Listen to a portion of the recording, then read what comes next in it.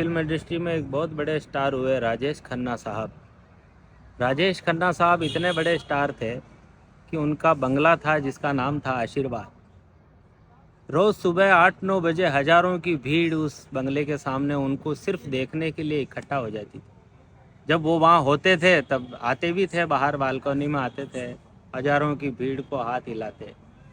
फिर वो अंदर चले जाते, वो भीड़ चली जाती, लेकिन उसकी जगह दूसरी हजारों की भीड़ वहाँ चली आती। जब वो नहीं होते तो बंगले को देखने के लिए लोग आते थे। कहते हैं कि राजेश खन्ना साहब से बड़ा स्टार फिल्म इंडस्ट्री में आज तक कोई नहीं हो पाया।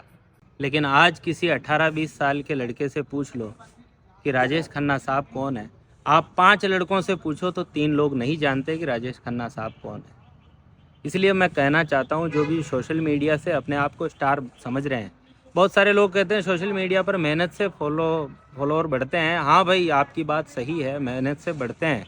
स्टारडम उन लोगों का भी स्थायी नहीं है जो मेहनत से फॉलोअर बढ़ा रहे हैं या बहुत अच्छा करके फॉलोअर बढ़ा रहे हैं, किसी का स्थायी नहीं है। मैं ये सोच रहा हूँ, कल को मैं भी मान लो बहुत बड़े उस पर पहुँच गया, लेकिन मुझे पता है कि ये सब स्थायी नहीं है। स्थायी वो है जो आपका और हमारा व्यवहार है। 4 आदमी बैठ करके गपशप करते हैं, दोस्तों के साथ बैठते हैं। इसलिए ज़मीन से जुड़े रहना। स्टार होने के बाद भी अपने उन दोस्तों को मत भूलना जिनके साथ रोज़ बैठ करके चाय पीते हो, सुबह का अखबार पढ़ते हो, या घर से बाहर निकल करके 1 घंटा उनके साथ बातें फेंकते हो, गपशप करते हो, आनंद लेते हो। क्योंकि किसी ने कहा था, किसी शायर ने कहा था, दिल खोल लिया होता अगर यारों के साथ, तो नहीं खोलना पड़ता औजारों के साथ। इसलिए ज़्यादा टेंशन में रहोगे तो पता नहीं कौन कौन सी बीमारियां घर कर जाएगी।